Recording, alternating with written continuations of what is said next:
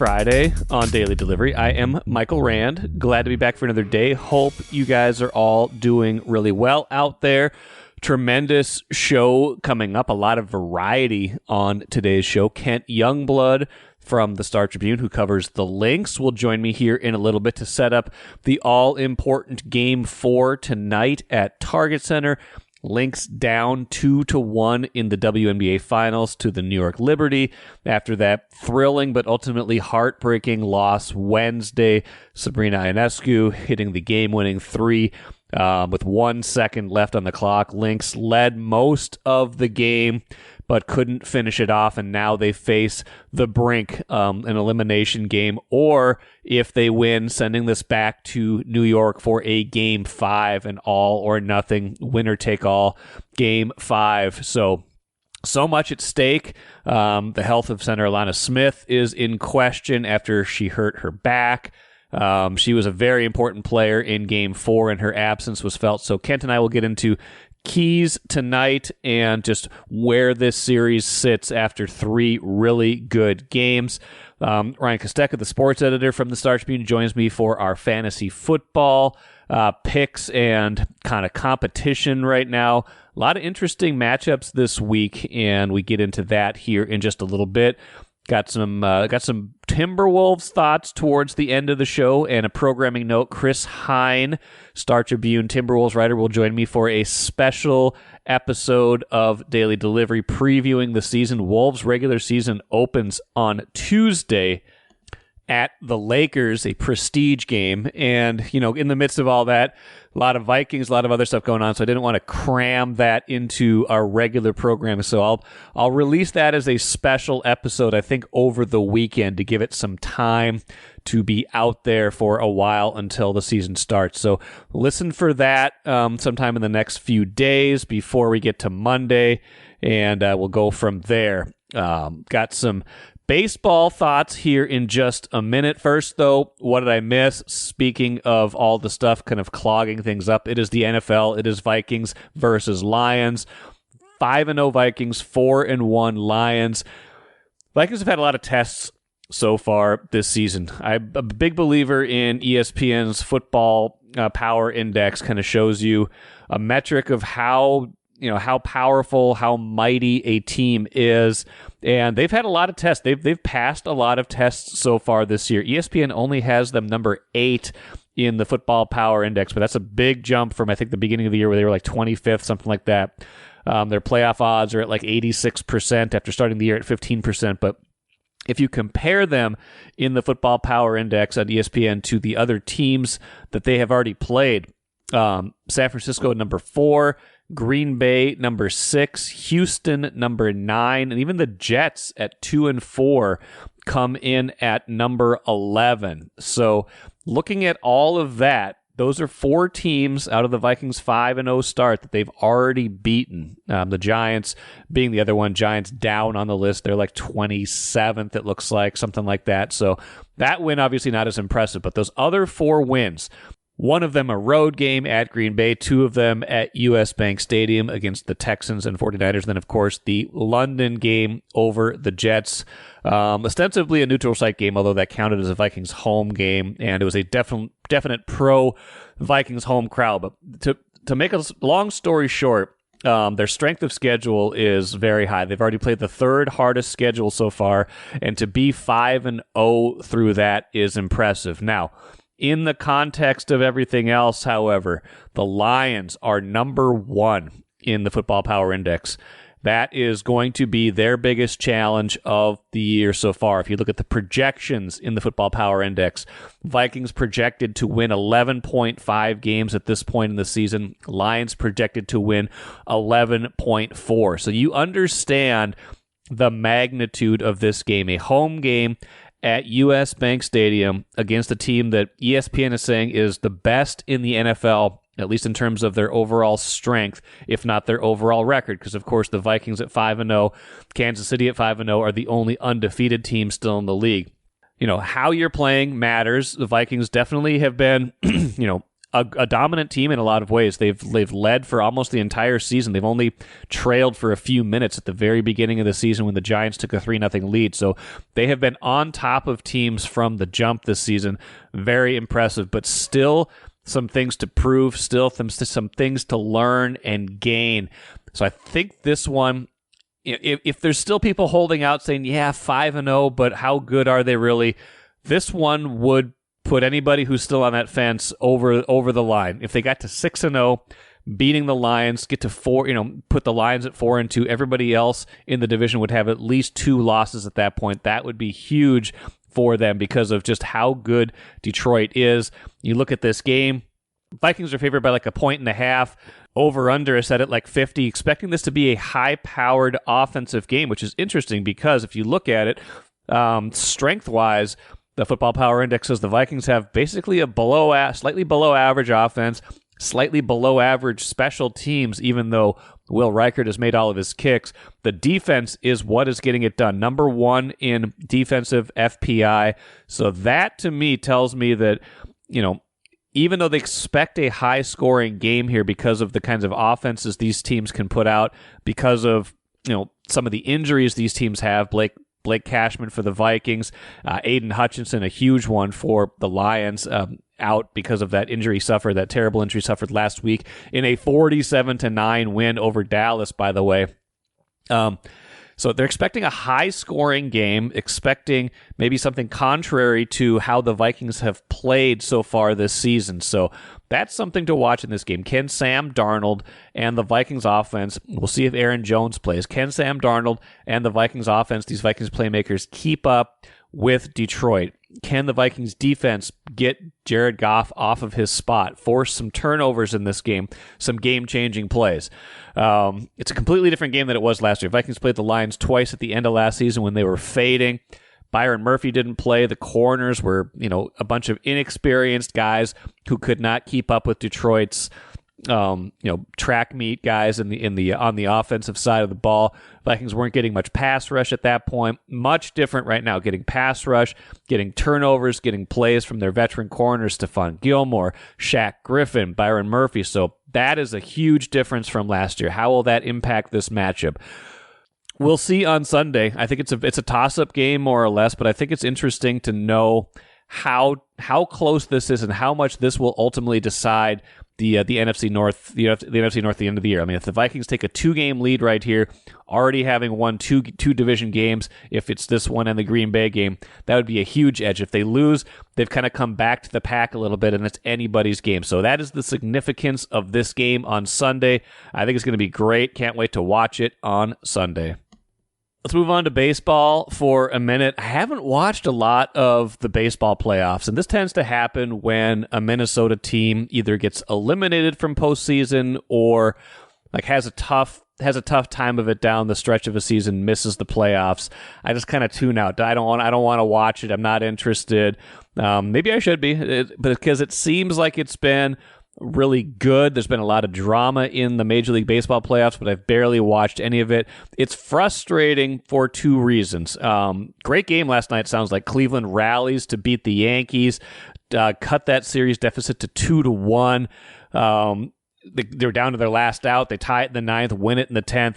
Frustrated to me because why couldn't the Twins be there? I feel like on paper they were a better team than Cleveland. They finished 10 games below the Guardians by the end of the season.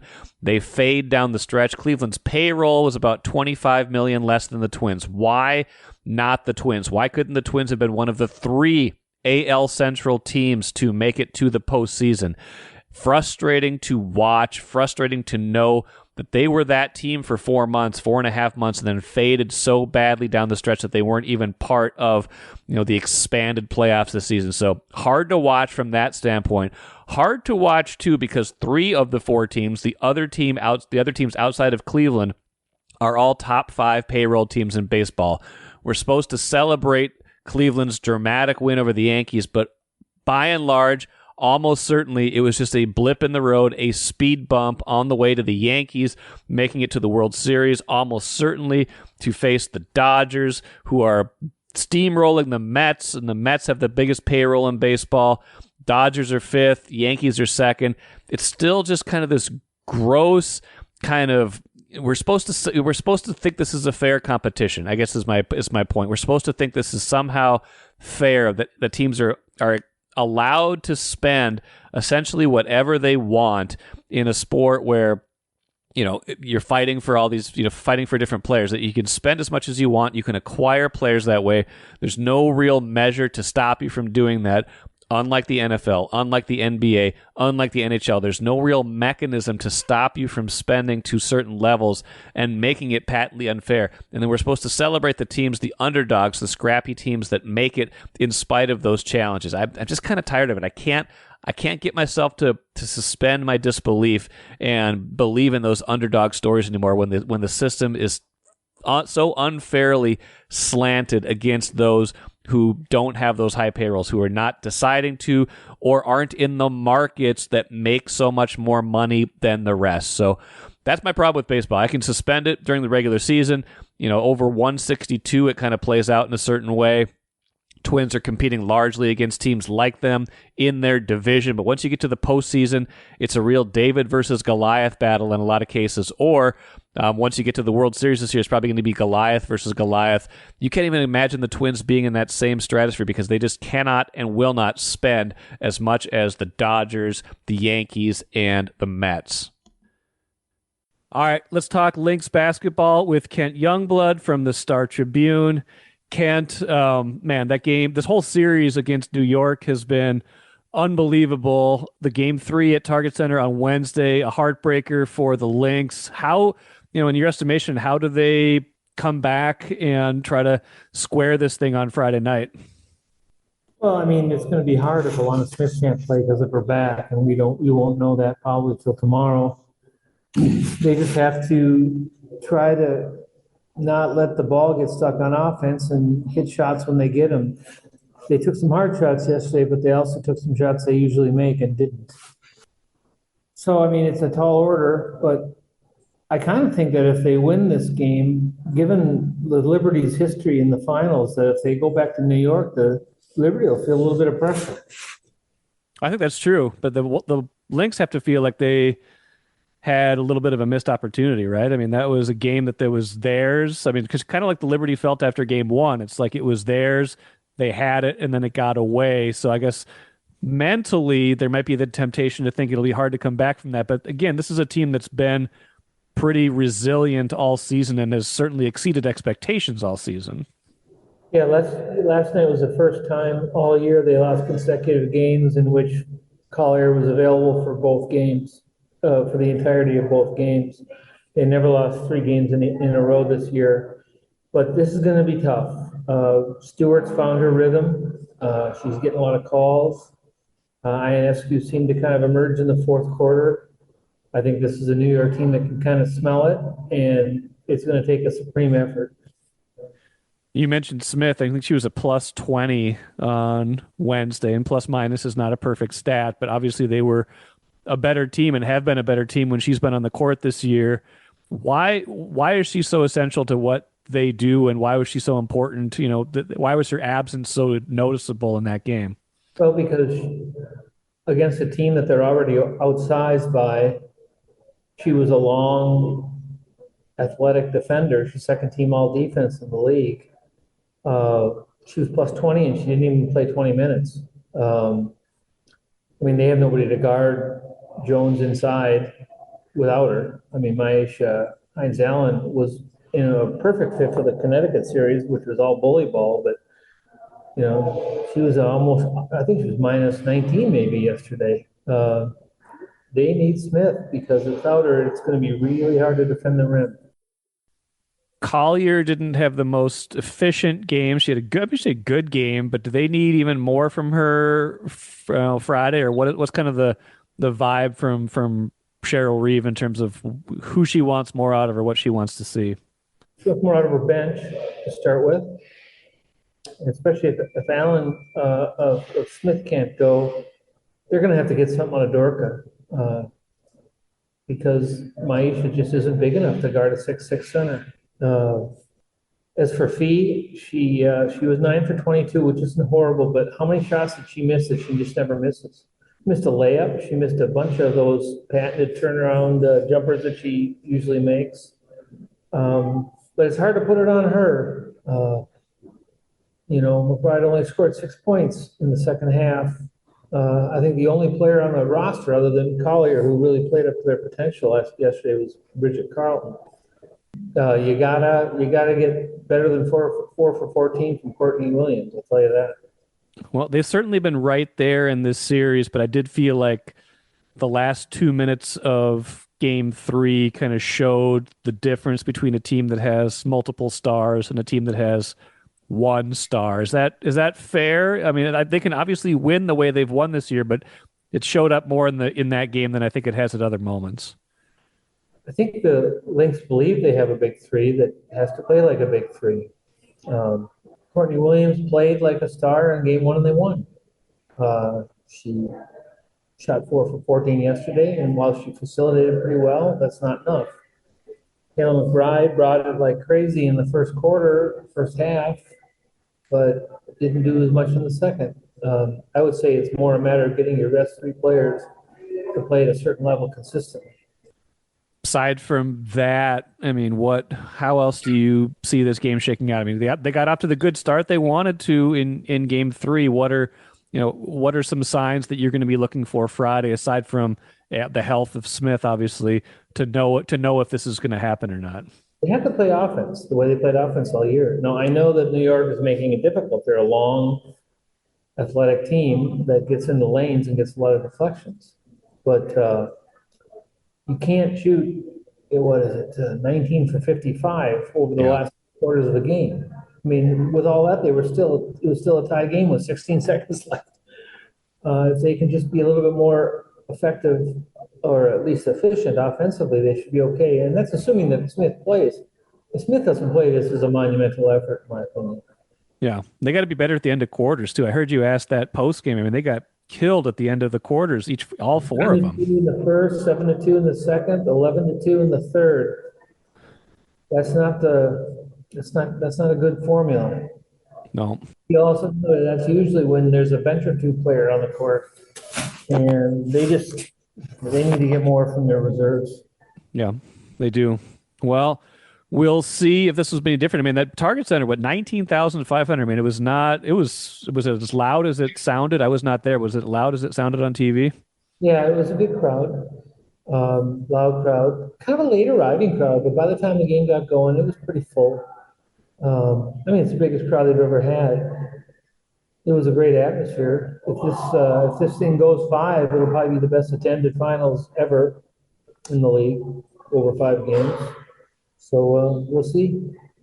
Do you have a prediction? Do you feel like it all hinges on Smith, or do you feel like if Smith does play and is capable of playing, I think their offense will be better, and I think they have a good chance of pushing it to 5. Great stuff from Kent. At the beginning of the series, I fully expected this to go the full distance. I'm waiting to see how the Lynx respond in Game 4. Is Smith going to be healthy?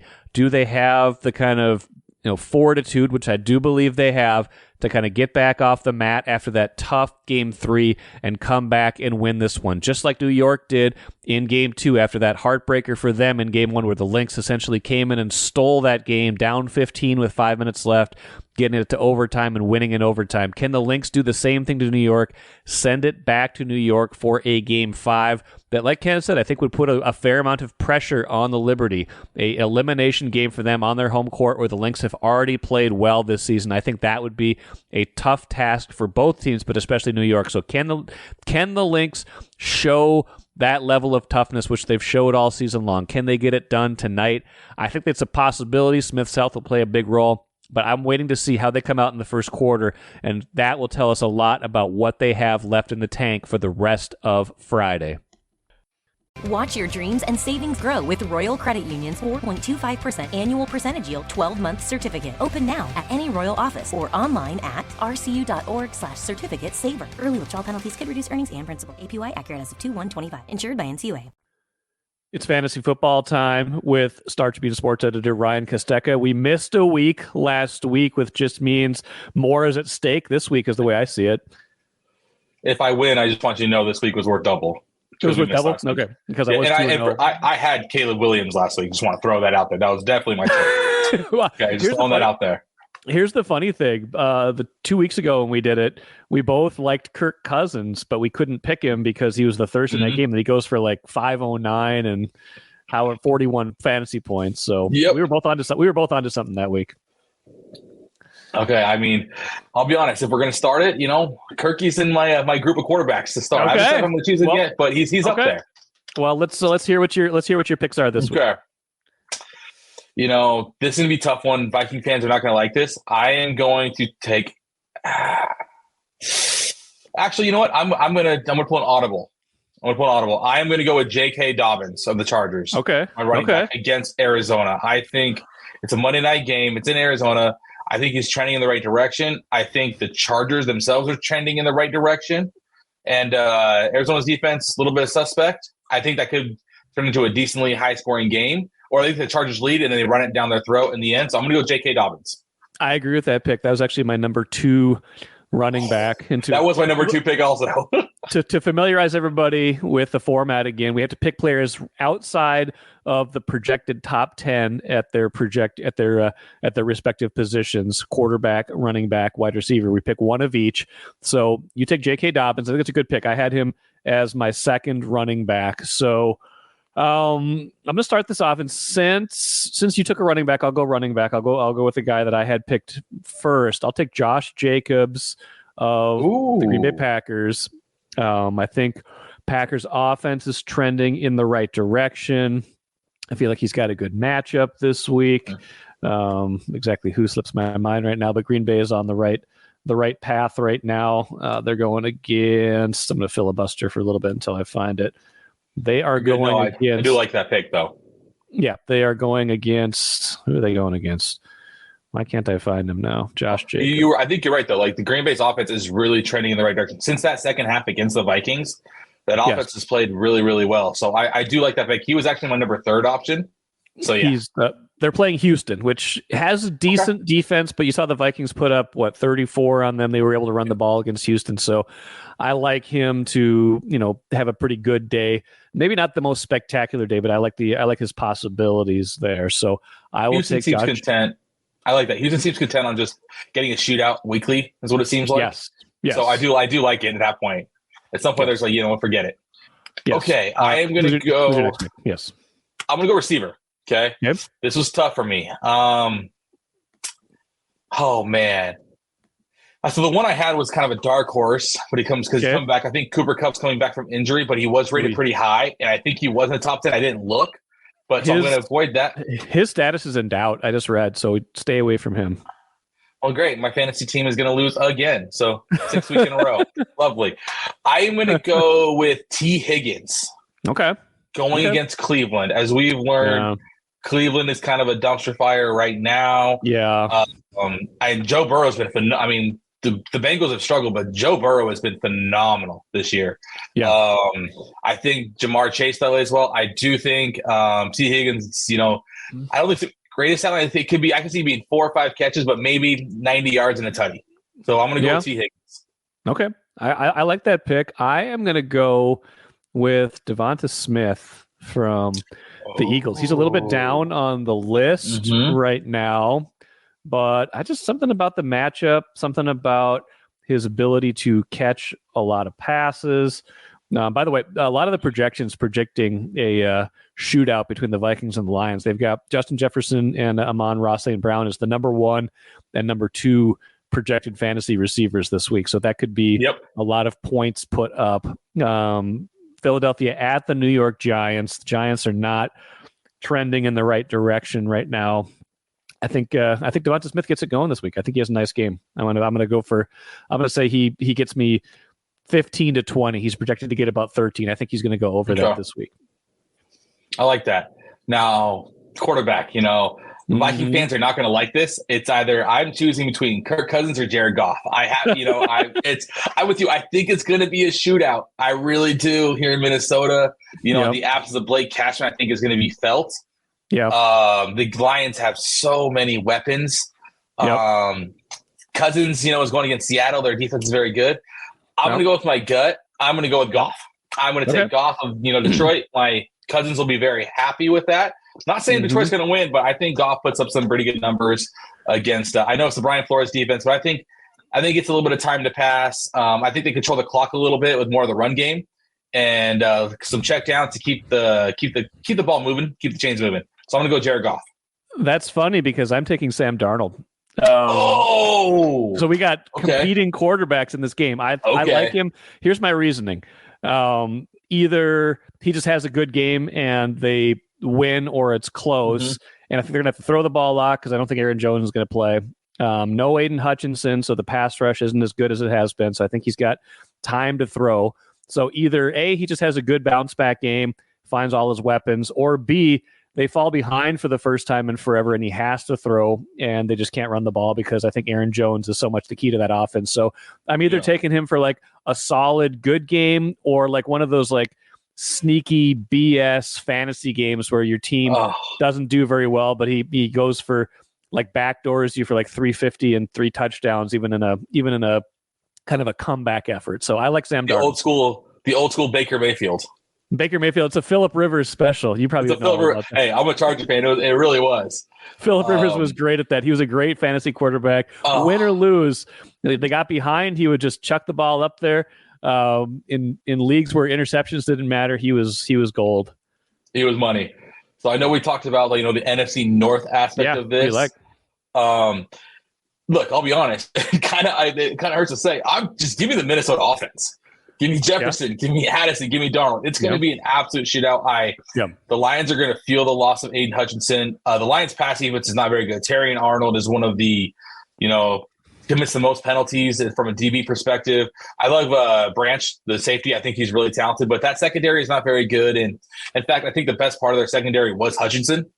The fact that he could get to the quarterback without him, I think there's going to have to be some adjustments made from the Lions standpoint. I think Darnold, Jefferson, Addison, I think they have a very, very big day. And I'm with you. I think they sling it. I think Aaron Jones doesn't play.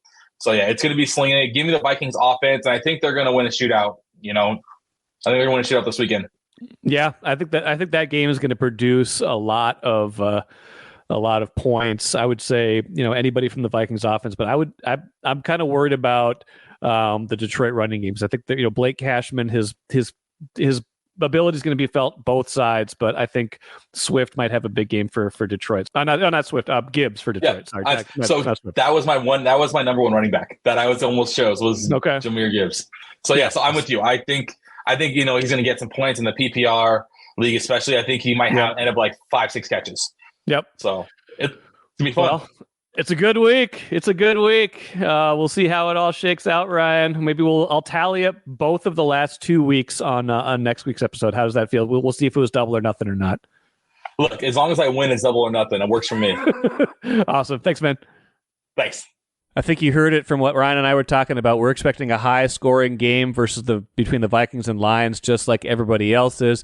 Never know. The NFL, though, could be, it's full of curveballs. It could end up being like a 20-17 game. You never really know. A lot of it will come down to turnovers.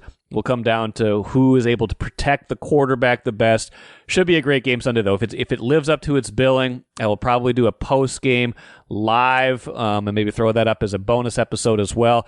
Could be a busy weekend for me because, as I said at the jump, we're going to have Chris Hine on for a special episode previewing the Wolves season.